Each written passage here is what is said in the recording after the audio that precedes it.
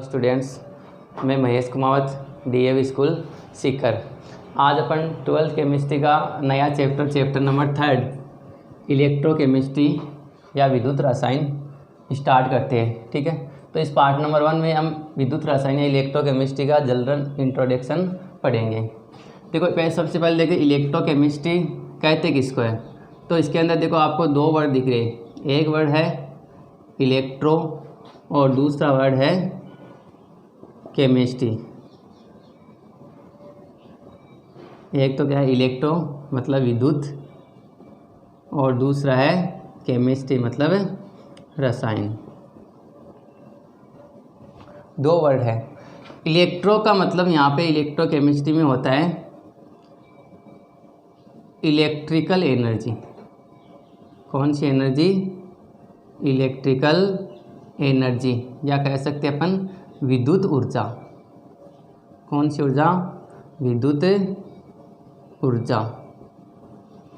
और दूसरा वर्ड है केमिस्ट्री। इसका मतलब है यहाँ पे केमिकल एनर्जी। केमिकल एनर्जी या हम कह सकते हैं रासायनिक ऊर्जा। कौन सी ऊर्जा? रासायनिक ऊर्जा। दो वर्ड है इसके अंदर, इलेक्ट्रो और केमिस्ट्री। इलेक्ट्रो का मतलब होगा यहाँ पे इलेक्ट्रिकल एनर्जी और केमिस्ट्री का मतलब क्या होता है? Chemical energy. अब ये देखो इलेक्ट्रिकल एनर्जी जो है वो तो किस में चेंज होती है? केमिकल एनर्जी में। इलेक्ट्रिकल एनर्जी किस में चेंज होती है? केमिकल एनर्जी में। और केमिकल एनर्जी जो है वो किसके अंदर चेंज होती है? इलेक्ट्रिकल एनर्जी में। मतलब विद्युत ऊर्जा रासायनिक ऊर्जा में और रासायनिक ऊर्जा विद्युत ऊर्जा में चेंज होती है।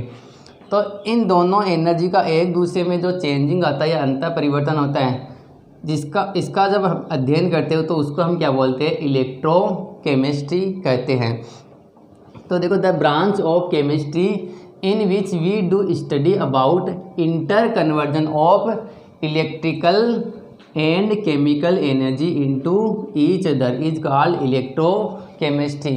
यानी रसायन विज्ञान की वह शाखा जिसमें हम विद्युत व रासायनिक ऊर्जा को एक दूसरे में जो अंतर परिवर्तन होता है उसका अध्ययन करते हैं, उसी को हम क्या बोलते हैं? विद्युत रसायन कहते हैं।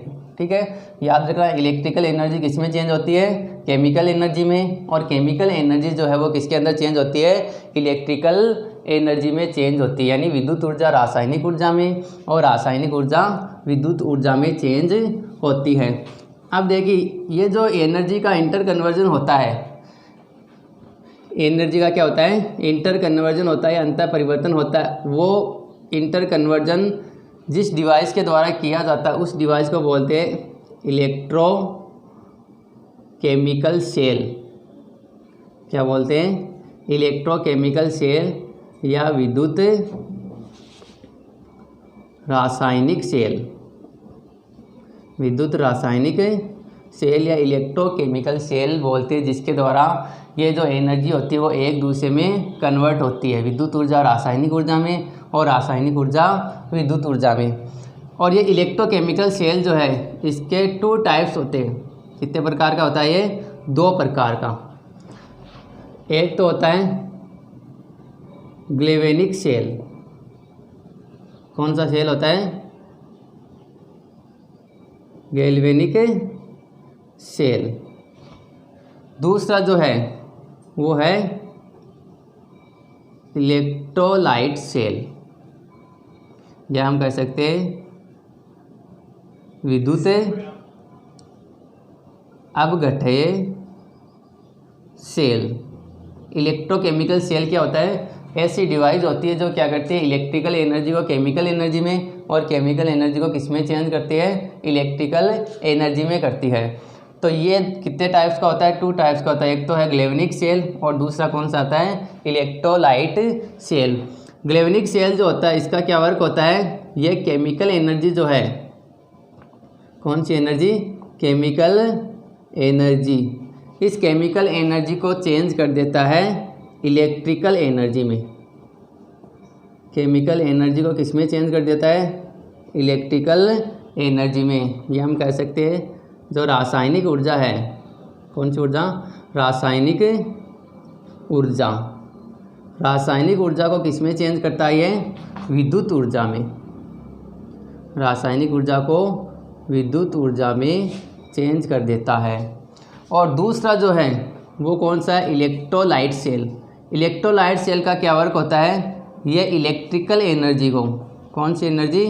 इलेक्ट्रिकल एनर्जी, इलेक्ट्रिकल एनर्जी को किस में कन्वर्ट कर देता है?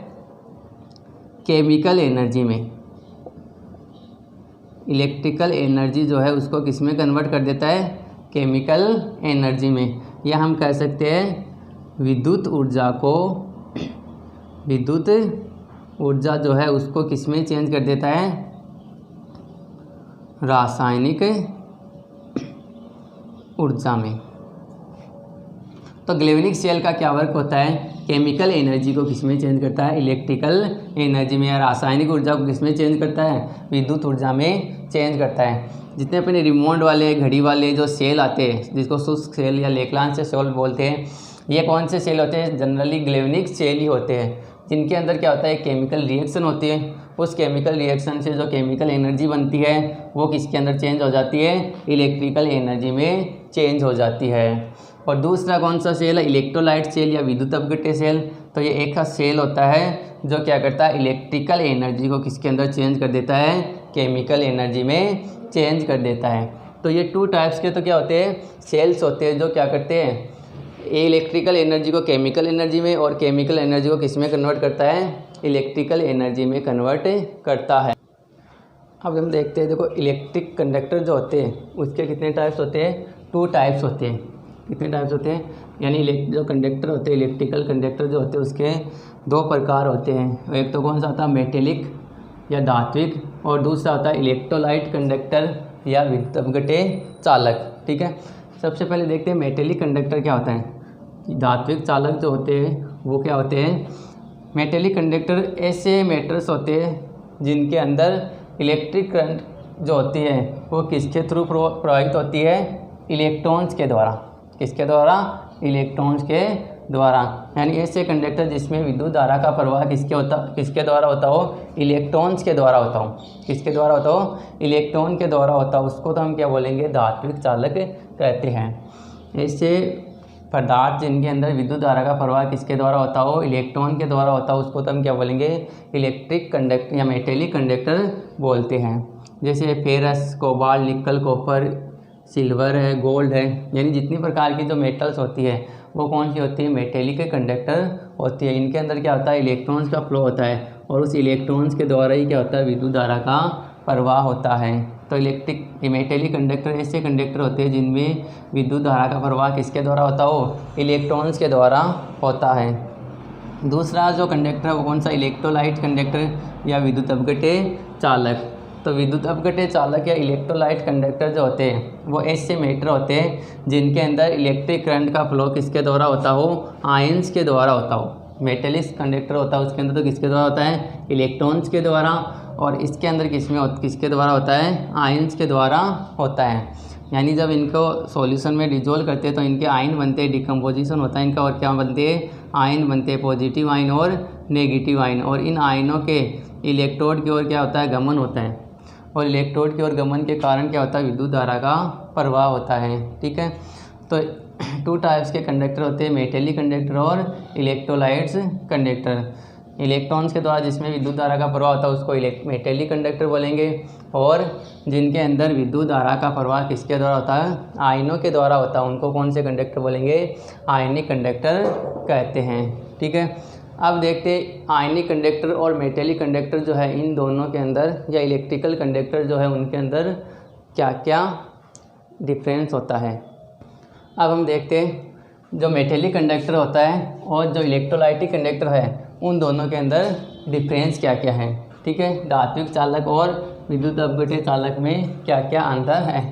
तो देखो, फर्स्ट अंतर तो इसके अंदर होता है कि ये जो कंडक्टिविटी जो शो करते हैं वो बिना किसी डिसोसिएशन के करते हैं। यानी इनके अंदर जो कंपाउंड्स या मेटल्स जो होती हैं उनका डिसोसिएशन नहीं होता है, यानी बिना किसी अपघटन के क्या करते हैं? चालकता प्रदर्शित करते हैं।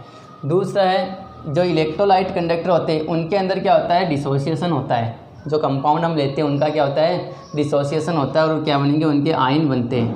डिसोसिएशन होने के बाद में क्या बनते हैं, उनके आयन्स बनते हैं, और उस आयनों के द्वारा क्या होता है, कंडक्टिविटी शो करते हैं ये, ठीक है। तो इनके अंदर तो डिसोसिएशन होता है, जबकि मेटेलिक कंडक्टर के अंदर किसी प्रकार का डिसोसिएशन नहीं होता है।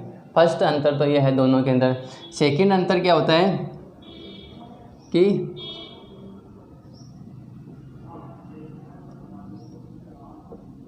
It's not involve any chemical changing.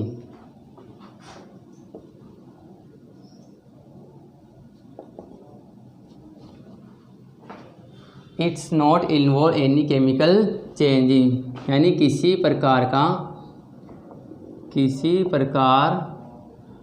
का रासायनिक परिवर्तन, किसी प्रकार का रासायनिक परिवर्तन नहीं होता है, किसी प्रकार का रासायनिक परिवर्तन नहीं होता है।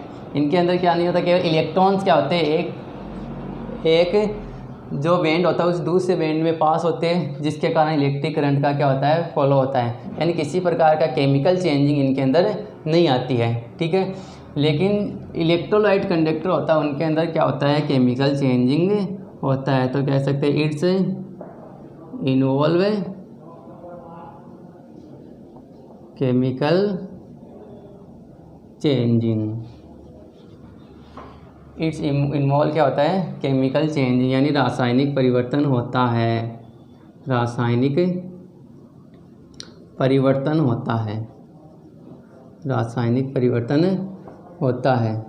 रासायनिक परिवर्तन क्यों होता है, क्योंकि हम जो विद्युत अपघट्य लेते हैं, इलेक्ट्रोलाइट कंडक्टर लेते हैं, वो क्या होता है, केवल हम एक्वा सॉल्यूशन में डालेंगे, उसका विलयन बनाएंगे, तब भी क्या करेंगे, उनके आयंस बनते हैं। और ये आयंस बनेंगे, जैसे अपने डाला है ये NaCl डाला किसके अंदर, वाटर में, वाटर के अंदर अपने क्या डाले, NaCl डालेंगे, तो NaCl के आयंस बन जाएंगे Na+ और Cl-, और ये वाटर के अंदर क्या हो जाएंगे, डिजोल्व हो जाएंगे। इसका मतलब उनमें क्या होता है, केमिकल चेंजिंग आता है, केमिकल चेंजिंग आता है, क्योंकि NaCl किस में डिजोल्व हो जाएगा, वाटर में डिजोल्व हो जाएगा, और इनका क्या बन जाएगा, एक सॉल्यूशन बन जाएगा। और ये जो आयंस होगी उनके द्वारा क्या करी जाएगी, इलेक्ट्रिक करंट या इलेक्ट्रिसिटी शो की जाएगी, ठीक है। तो इनके अंदर क्या होता है, इलेक्ट्रिकल जो इलेक्ट्रोलाइट्स कंडक्टर होता है उनके अंदर क्या होता है, केमिकल चेंजिंग होती है। थर्ड जो होता है वो क्या होता है, यानी इसके अंदर क्या होता है, केमिकल चेंजिंग होती है, नहीं होती है, और किसी प्रकार का रासायनिक परिवर्तन नहीं होता है। तो क्या होता है, जो मैटर्स होते हैं, जो भी अपने पदार्थ लिया, उनका क्या नहीं होता है, मूवमेंट नहीं होता है। तो हम कह सकते हैं do not involve any movement of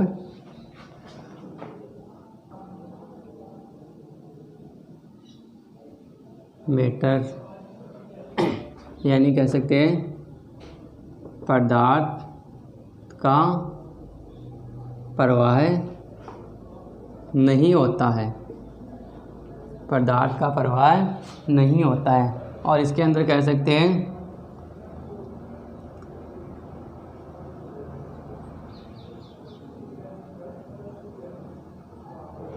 involve movement of matter, यानी पदार्थ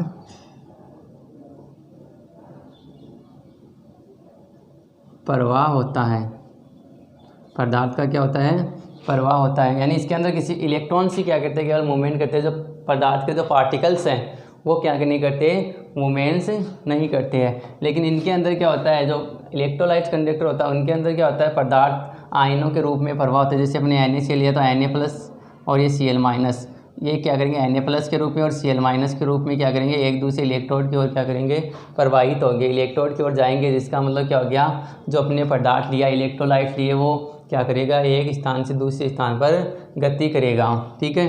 तो ये थर्ड अंतर है इसके अंदर। और फोर्थ अंतर जो है वो है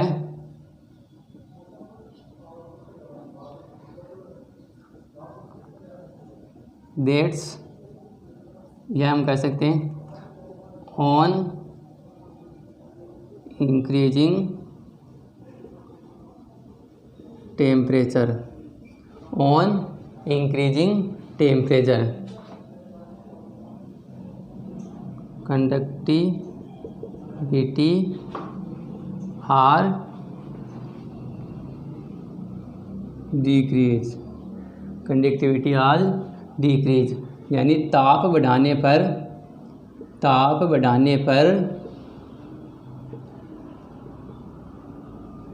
चालकता कम हो जाती है।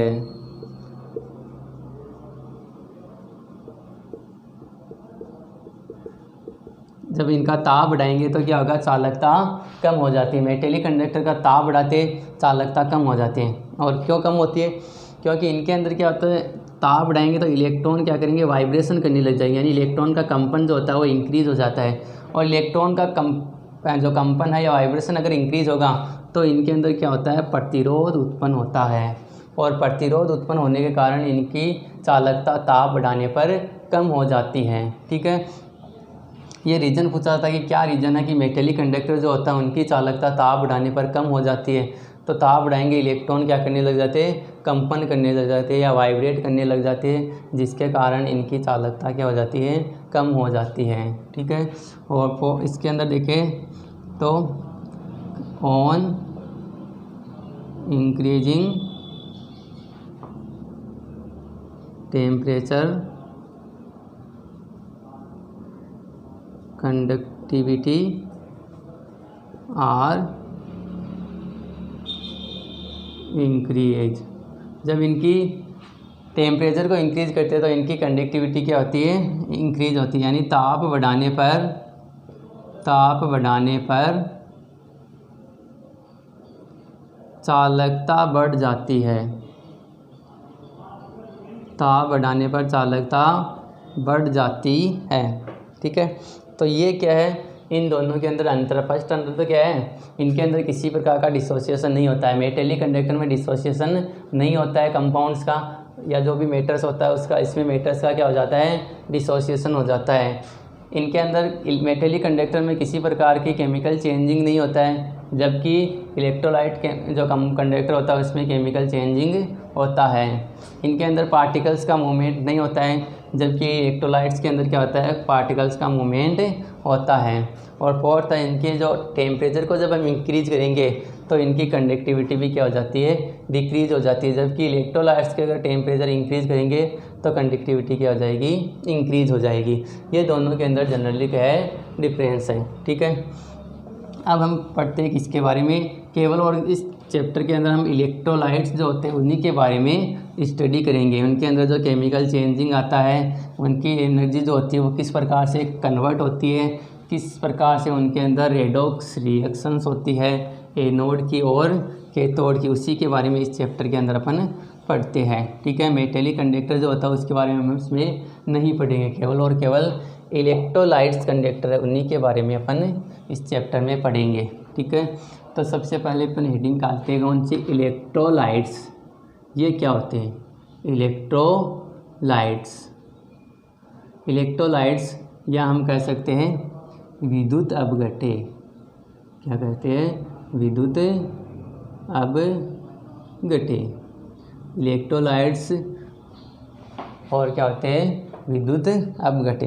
तो इलेक्ट्रोलाइट्स या विद्युत अपघटे क्या होते हैं, ऐसे सब्सटेंस होते हैं या ऐसे पदार्थ होते हैं जिनको सॉल्यूशन के अंदर डिजोल्व करने के कारण क्या बनता है, डिजोल्व करने पर आयंस बनते हैं। ऐसे कंपाउंड जिनको सॉल्यूशन में डिजोल्व करने पर क्या बनते हैं, आयंस बनते हैं उनके, और उन आयनों के द्वारा कंडक्टिविटी शो की जाती है। उन आयनों के द्वारा क्या की जाती है, इलेक्ट्रिक कंडक्टिविटी शो की जाती है। उसी को हम क्या बोलते हैं, इलेक्ट्रोलाइट्स या विद्युत अपघटे कहते हैं। ठीक है, तो हम लिख सकते हैं that compound which are dissociate in ions, dissociate in ion on solution due to electrical conductivity. Electrical conductivity यानी ऐसे पदार्थ जो विद्युत धारा, ऐसे पदार्थ जिनके विलयन में विद्युत धारा प्रवाहित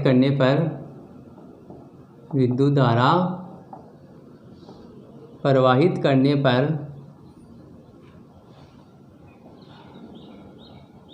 आयनों में टूट जाते हैं, उनको हम क्या बोलते हैं? विद्युत अपघटे बोलते हैं। क्या बोलते हैं? विद्युत अपघटे। यानी ऐसे पदार्थ जो जिनके सॉल्यूशन के अंदर हम इलेक्ट्रिक करंट पास करेंगे तो वो किसके अंदर चेंज हो जाएंगे या किस में कन्वर्ट हो जाएंगे? आयनों के अंदर टूट जाते हैं, उनका डिसोशिएट हो जाता है। किसके फॉर्म में? आयंस के फॉर्म में। उसको हम क्या बोलते हैं? इलेक्ट्रोलाइट्स बोलते हैं। तो इलेक्ट्रोलाइट्स के अंदर कौन से आते हैं? अगर एग्जाम्पल देते हैं तो इलेक्ट्रोलाइट्स क्या होते हैं? जितने भी प्रकार के जो साल्ट होते हैं, कौन से साल्ट? जैसे NaCl है ना, साल्ट का मतलब लवण, NaCl है, KCl है, CuSO4 है। ये साल्ट क्या होते हैं? इलेक्ट्रोलाइट्स होते हैं, विद्युत अपघटे पदार्थ होते हैं। ठीक है। जितने प्रकार के जो एसिड्स होते हैं जैसे HCl, जितने अम्ल जो होते हैं HCl, H2SO4, HNO3, ये भी क्या होते हैं? इलेक्ट्रिक या इलेक्ट्रोलाइट्स होते हैं। ठीक है।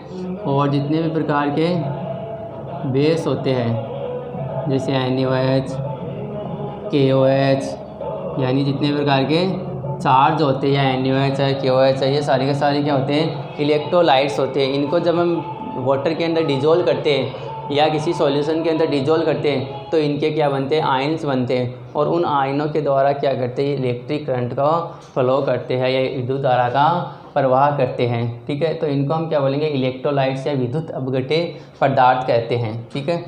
विद्युत अपघटे पदार्थ जो होते हैं इसके कितने टाइप्स होते हैं? 2 टाइप्स। अगर हम देखें टाइप्स ऑफ इलेक्ट्रोलाइट्स, इसके टाइप्स देखें तो कितने टाइप्स होते हैं? इसके 2 टाइप्स। कितने टाइप्स होते हैं? 2 टाइप्स होते हैं। फर्स्ट तो आता है स्ट्रॉन्ग इलेक्ट्रोलाइट्स।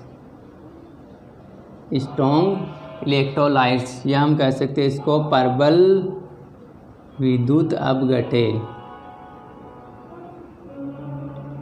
स्ट्रॉन्ग इलेक्ट्रोलाइट्स या प्रबल विद्युत अपघटे।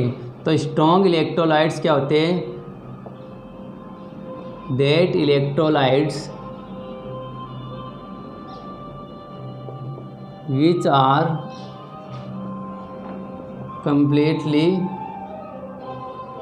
which are completely ionized in solution। जो विलयन में पूरी तरह से आयनित होते हैं, उनको हम क्या बोलते हैं? प्रबल विद्युत अपघटे। क्या कहलाते हैं? प्रबल विद्युत अपघटे कहलाते हैं।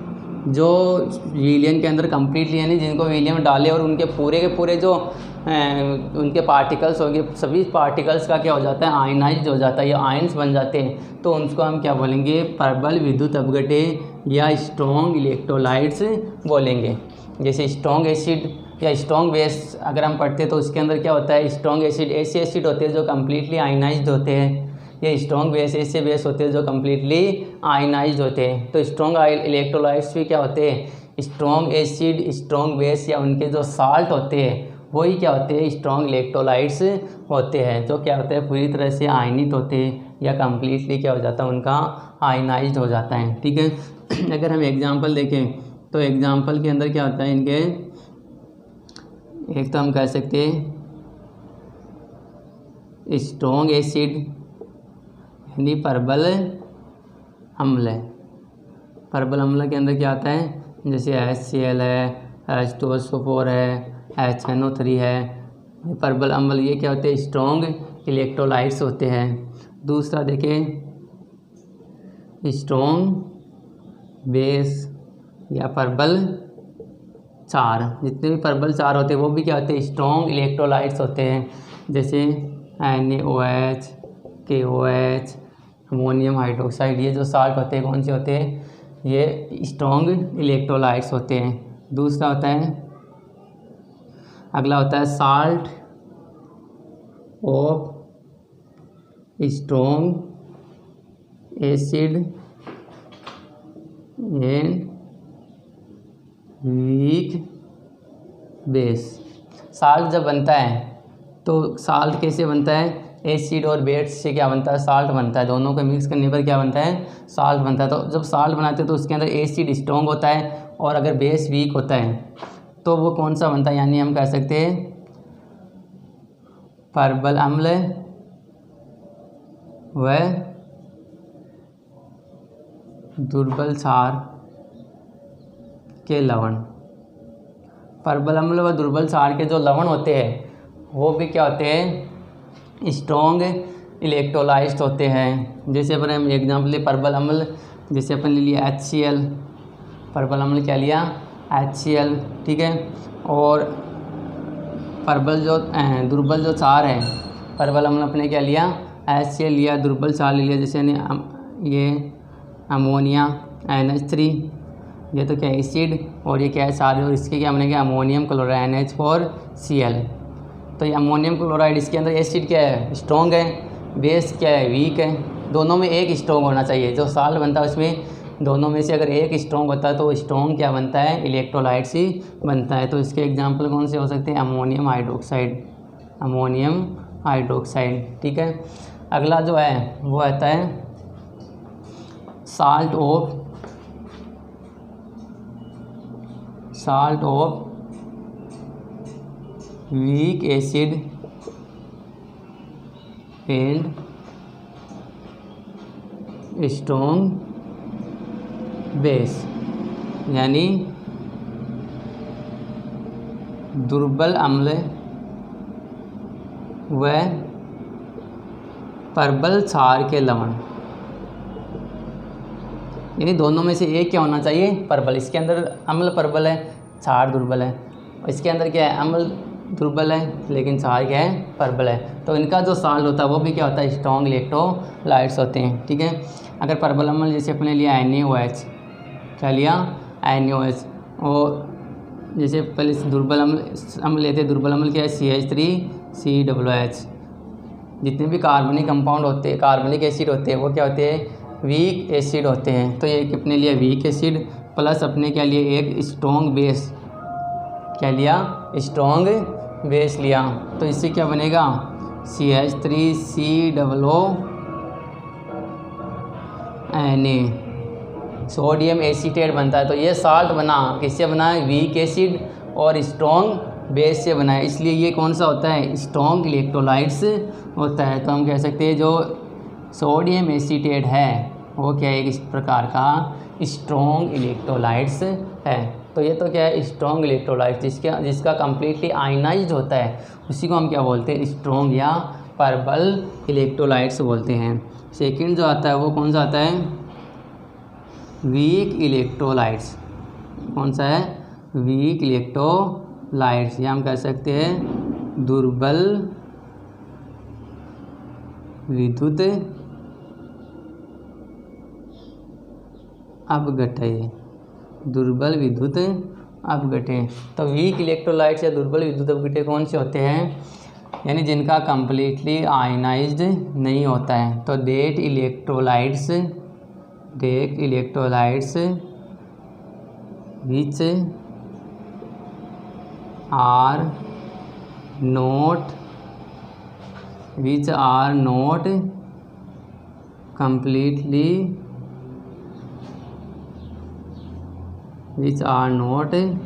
completely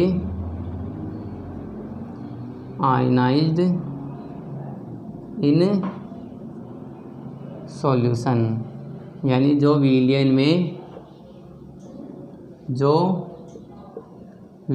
में पूर्णतया आयनित नहीं होते हैं, जो विलयन के अंदर कम्प्लीटली आयनित नहीं होते उनको हम क्या बोलेंगे, वीक इलेक्ट्रोलाइट्स या दुर्बल विद्युत अपघटे बोलते हैं। ठीक है, तो इनके एग्जांपल कौन से होते हैं आपको पता है। स्ट्रॉन्ग वीक एसिड और वीक बेस जो होते हैं वो क्या होते हैं, वीक एसिड और वीक बेस जो होते हैं वो क्या होते हैं, कम्प्लीटली आयनाइज नहीं होते, इसलिए वो भी क्या होते हैं, इलेक्ट्रोलाइट्स जो होते हैं वो क्या होते हैं, वीक इलेक्ट्रोलाइट्स का काम करते हैं। तो हम कह सकते हैं एग्जाम्पल है वीक एसिड यानी दुर्बल अम्ल। वीक एसिड कौन सी होते हैं, जितने भी कार्बनिक एसिड HCH3COOH ये क्या है, वीक एसिड होते हैं। ठीक है, अगला कौन सा आता है, वीक बेस। ठीक है, जितने प्रकार के वीक बेस जो होते हैं वो कौन से होते हैं, वीक इलेक्ट्रोलाइट्स होते हैं। जैसे अपन कहते हैं अमोनियम हाइड्रोक्साइड, ठीक है, एल्यूमिनियम हाइड्रोक्साइड, ये क्या होते हैं, वीक बेस होते हैं। और अगला होता है salt of weak acid and weak base, ये दोनों ही क्या होते हैं, दुर्बल होते हैं। तो उनके जो साल्ट होते हैं वो भी कौन से होते हैं, वीक इलेक्ट्रोलाइट्स होते हैं। तो ये 2 टाइप्स के इलेक्ट्रोलाइट्स होते हैं। इलेक्ट्रोलाइट्स होते क्या हैं, जिनका क्या होता है, इलेक्ट्रिक करंट पास करने पर डिसोसिएशन होता है, किसके फॉर्म में, आयंस के फॉर्म में, और इलेक्ट्रिक करंट का क्या करते हैं, इलेक्ट्रिक कंडक्टिविटी शो करते हैं। ठीक है, कितने टाइप्स होते हैं, 2 टाइप्स। एक तो स्ट्रॉन्ग, जिनका कम्प्लीटली आयनाइज्ड होता है उनको तो क्या बोलेंगे, स्ट्रॉन्ग इलेक्ट्रोलाइट्स, और जिनका कम्प्लीटली आयनाइज्ड नहीं होता है उनको क्या बोलेंगे, वीक इलेक्ट्रोलाइट्स कहते हैं। तो ये 2 टाइप्स के क्या होते हैं, इलेक्ट्रोलाइट्स होते हैं। Thank you.